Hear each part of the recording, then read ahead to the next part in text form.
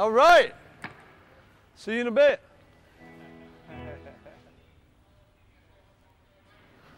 Yeah, yeah, yeah. All right. Welcome to Docklands Arena. Rehearsals. New tour, back in the world. Hey, Ant. Hello. You doing, okay? boy? That was great. Thank you. Cool. Welcome. So we've got a load of questions in. We got some questions, yeah. Hi, everybody. Let me say hi to all the little cyber spacemen and women who are cluing in today. Good to be with you. We are at the London Arena, Docklands, and ready to do some questions. All right. So the first question is, what's different about this tour compared to the US leg that we just did? You know, when we did the US tour, it took us by surprise, and we started having a really good time. And so we thought, well, you know, the one desire started to be to bring it home and to show it to the folks at home, particularly in the UK and in Europe. So that's what we wanted to do, really. So it's not that different. It's basically the same show as US, but with a few new numbers just for us to keep it fresh. And just one or two little new numbers, as I say. But it's basically the same show that we did in America, Mexico, and Japan. From Simone Cagetti, what do you get most from touring? Hi, Simone. But most from touring, I think that the thing is, what I love is like the music. That's the sort of favourite thing for me. And then the other thing is the audiences. Yeah, it's the music and the audiences. So playing with the band is what I love. You know, I love getting out and playing. And then the feedback from the audiences. So it's music and audience. The next question actually leads on from that. Lenora Proctor asks, when you're on stage now as opposed to with the Beatles and Wings, how different is the audience reaction to the is it same or different to sort of how it was back then? Well, the Beatles was really crazy because the thing was there was great intensity because we were new and like very famous. But the intensity was like to do with 16-year-old girls. You know, a lot of our audience was young women. Although there were guys who went to the concerts, but all you could really hear was the screaming of the girls. So that was the Beatles audiences. The Wings audiences were very different because it was no longer just the young kids, it was a little bit more grown up.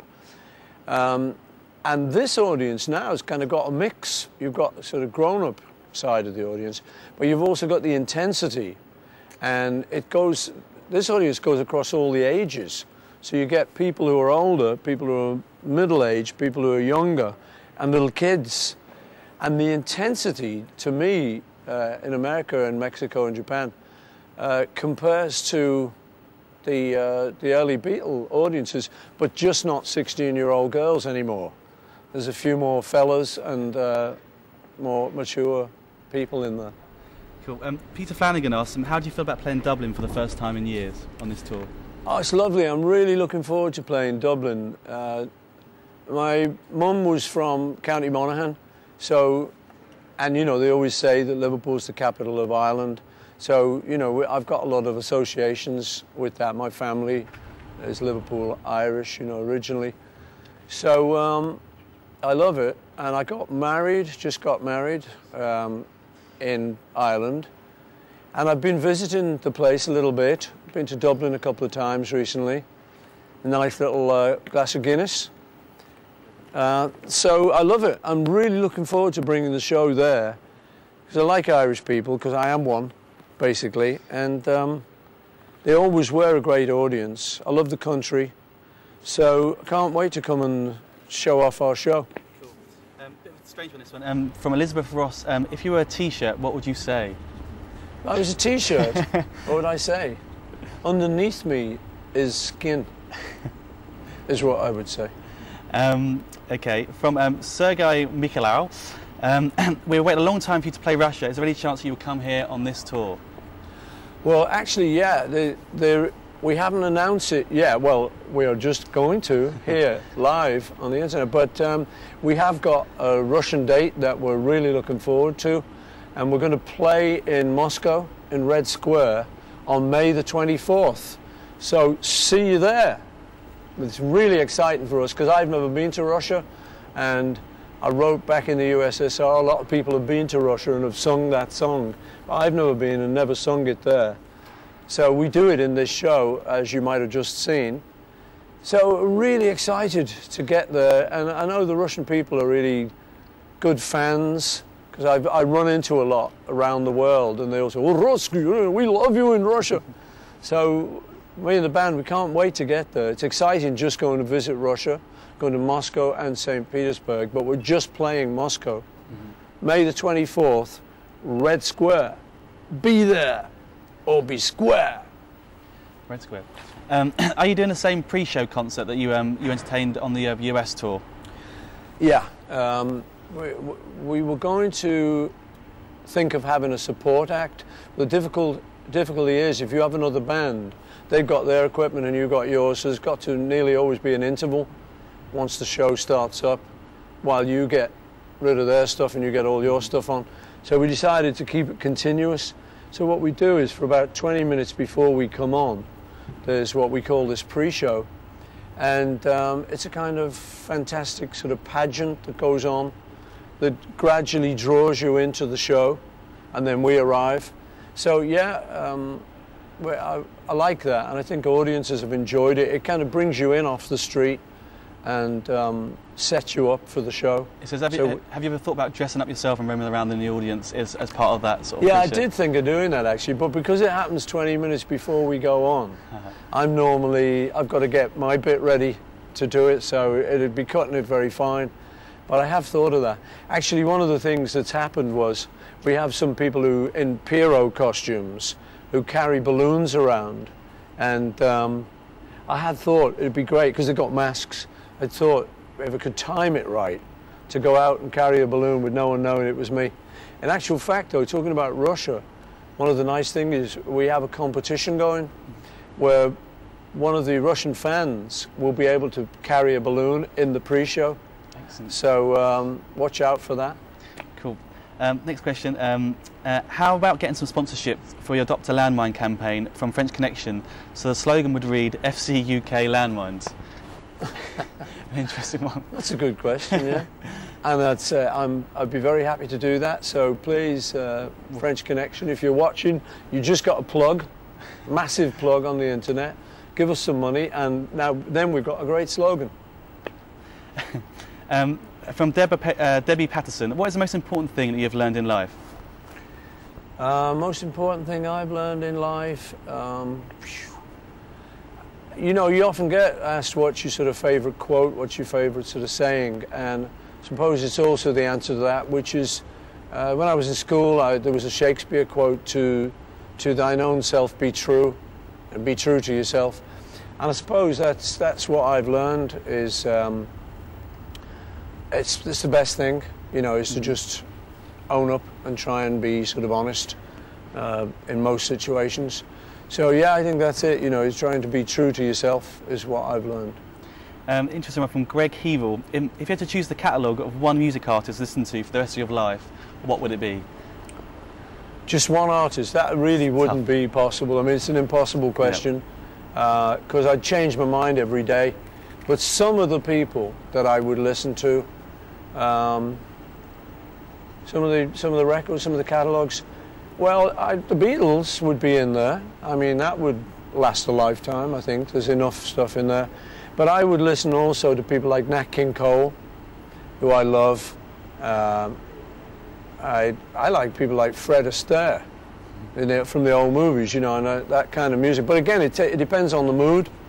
If it was more recently, it might be someone like Nitin Sawhney, who's a British Asian guy, and that's more modern, sort of more hip hop. But if I had to choose one, I wouldn't. Right. Okay, from Marino Studvich, what do you feel when you play songs that you recorded 30 years ago compared to new ones in the recent years? How does it feel playing different songs? You know, it feels great actually, because I don't get out on tour that much. You know, we were out last year, but before that, it was 9 years before that, so it's not like I'm playing them all the time. So every time I play them, I kind of rediscover them as songs. And what we've been doing on this new tour is taking some songs that I never played live because when we recorded them, the Beatles had stopped touring. So songs like Getting Better All the Time, Getting Better, and Hello Goodbye are songs that I'd never ever done. I'd only made the record of them, and then they'd gone in the box and they'd been made into records, CDs and stuff. So I'd never actually done the songs in a live situation. So those are particularly nice to do. They're kind of 30 years old, but they feel new. Sure. I also like doing new songs because I think the younger people in the audience are more into the new stuff. But they're also, some of the time, it's just strange, sometimes they're also into the old stuff. You'll see little kids singing along with someone like Eleanor Rigby, you know. So I like it all, that's why it's in the show. I only do stuff I like. Sure. From Sarah Wetham, if you hadn't become a famous Beatle at such a young age, where do you think you'd be living now and what do you imagine you'd be doing? Quite an interesting one.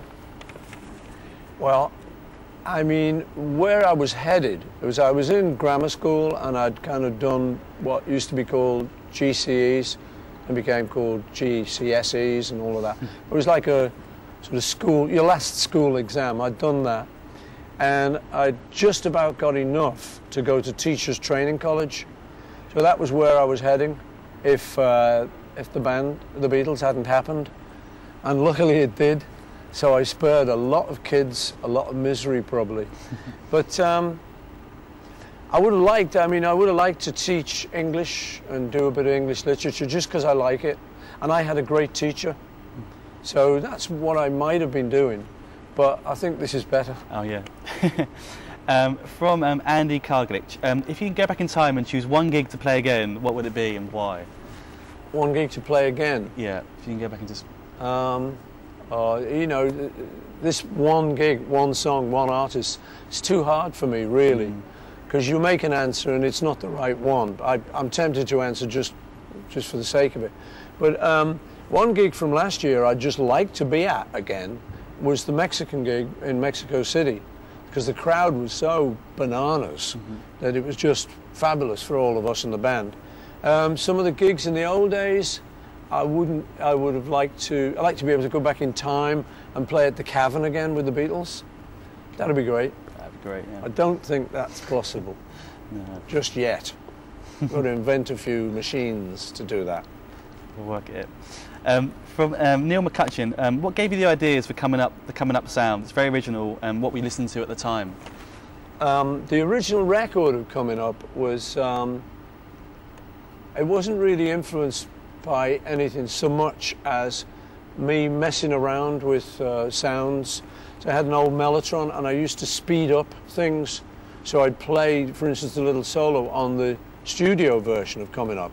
It's like a little sax on the Mellotron, and it's sort of played quite slowly. Do do do do do do do do do do do. And I speed it up. So I think that the sound is. The idea came from me just wanting to experiment with sound, and how I achieved it. I think the strangeness of that record is some of the bits on it are sped up. Cool.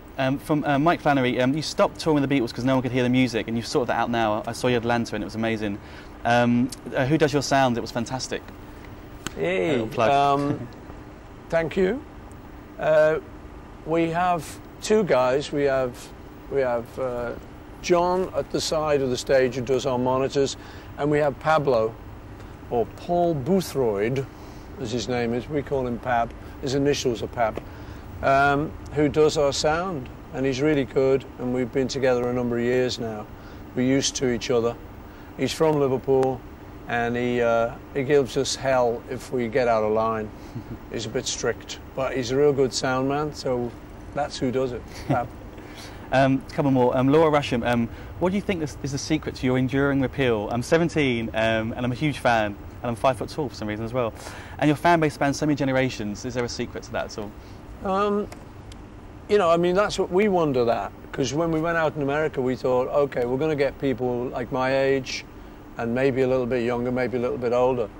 But it is amazing. I think, essentially, I think it's to do with the success of the Beatles, because those songs endure, and the Beatles record One, the CD One, was bought by a lot of people for their 10-year-olds and 8-year-olds. And so I think the secret sort of lies somewhere in there, that there's like an appeal to a lot of the songs. And not just the Beatles ones. When we put out Wingspan, that proved it again with the Wings records. And now doing the tour, it proves it with some of the newer songs. I think it's just that the songs mean something to people. And they continue to mean something.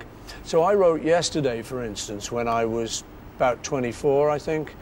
And it was talking about all my troubles seem so far away. I'm not half the man I used to be.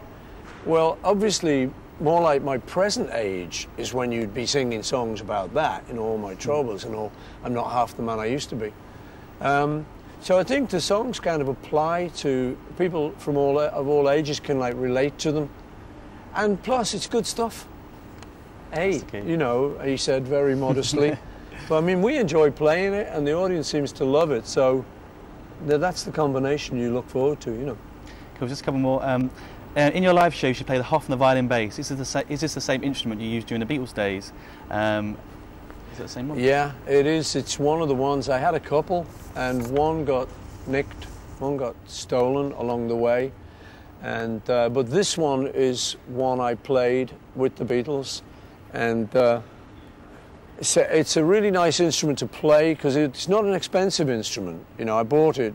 They were quite cheap when I bought it, and that was one of the reasons I bought it. Didn't have a lot of money, and I bought it originally because it was symmetrical, and me being left-handed, if I put a guitar upside down, it looks a bit funny. Well, this looked a bit better because it had this violin shape. So, and then I discovered it had a great sound. And then the other thing that's great about it, I love about it, it's very lightweight. So you're sort of tempted to play stuff you might not be tempted to play on some of the big, heavier modern basses. It was actually Elvis Costello got me to get it out. I'd given it up because it was sort of getting a bit old and that. And it went out of tune a little bit. Well, he said, we were recording, he said, could you use the Hofner, you know? I said, yeah, sure. So I got to love it again through working with Elvis. And then I got it fixed. My road guy, John Hamill, my guitar tech, took it to a place called Mandolin Brothers in New York, and they fixed this one note that was bugging me that was out of tune on the 3rd fret. The low G always used to be out of tune, and the open E was in tune. So that always used to bug me, but they fixed it, these guys fixed it. So it's perfect now, I love it. Cool. Just one, two more. Do you think the emphasis on drugs and music has changed much since the 60s? The emphasis on what? On drugs and music. Drugs and music. I don't really know that much about the modern scene, drug scene, but I know it's there. I'm not in it anymore. You know, I don't go down clubs, I don't do E, etc. You know, so I'm not like up on what's happening. I think it's changed. I hear, because you know, but it still seems to be there. You know, there still seems to be some sort of connection. But I really only know about the old end of it, you know, in the 60s when we used to do stuff. I'm glad to say, you know, I kind of grown out of it. There were people then who used to say, wow, you know, don't you do this and that? They said, nah, I don't need it anymore. And that's the way I feel, you know, I'm actually feel better off without it and just feel sort of healthier, less paranoid. That was always the trouble. I really think, you know, because you go up, yeah, hey, this is great. And it's true of anything. You booze too much, it's the same. Next morning, So I'm a bit more moderate with all that. But I still think the connection's there from what I read and hear. I think one of the last ones now. Do you want to just introduce the rest of the band and sort of say a bit about the band members on the tour and stuff? And yeah. The band's a great band, you know, and I can say that because it's them I'm talking about. We met under kind of strange circumstances because I didn't really like scour the world to look for these guys. We met by chance in LA, and I was doing some sessions, and the producer, David Kahn, got a couple of guys along. He got Abe, Laboriel Jr., got Abe along, and Rusty Anderson. And they came along just to do some live work in case we needed that in the studio, which we did. And so we did the Driving Rain album with them. And then I've just stayed with them, and we've gone live together, and they're really great guys to play with. They're very easy to play with. They've got real good attitudes, and they're great musicians. So we get on very well. We sort of enjoy each other's company. And then there's Brian, who came in to, because we needed somebody, if I got on guitar, we needed somebody to still play the bass. So Brian plays bass and guitar. So he's great, Brian Ray. And then we have Wicks from the 90s band, who is our, keyboard meister, and he's our teacher. He has a clipboard. If anyone gets out of order, you go down on his clipboard. He's very strict with us, but we love it. Now, he's cool. He's like the musical director, It's just good because it makes it very easy for me. They all know what they're doing, and so I just slot in with my bit. I don't have to kind of really worry what people are doing. So it's very nice. I think they make a real good noise, and I enjoy playing with them. I enjoy listening to what they do.